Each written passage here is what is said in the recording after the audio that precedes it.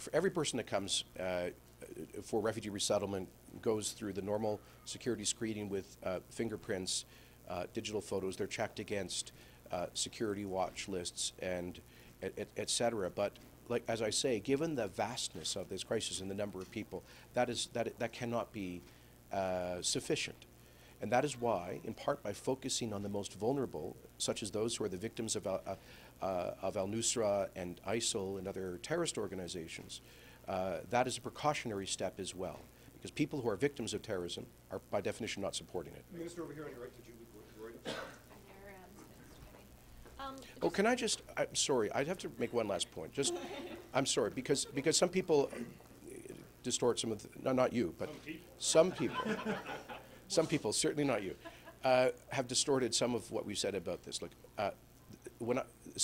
there's an article on CBC Online suggesting that when we speak about the particularly vulnerable populations in the Middle East, that this is code for excluding Muslims, and that is not true.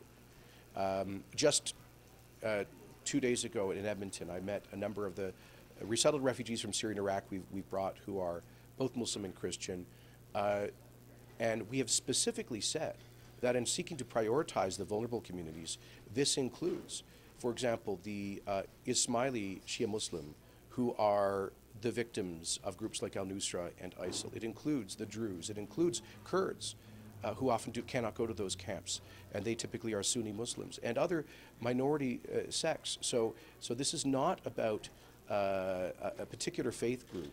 This is about those in a very complex, multidimensional civil war, those who are at the wrong end of organizations like ISIL and al-Nusra. Go ahead. Okay, someone in Alberta as well. Just following on that, I mean, when Rick Hillier, I can't say it right now, sorry. It said we could bring in 50,000 refugees. I mean, you're saying 20,000. Is that 50,000 unrealistic, and is it for the reasons you were just talking about before? Well, we have admitted 25,000 Iraqi and Syrian refugees, and we've committed to an additional 20,000.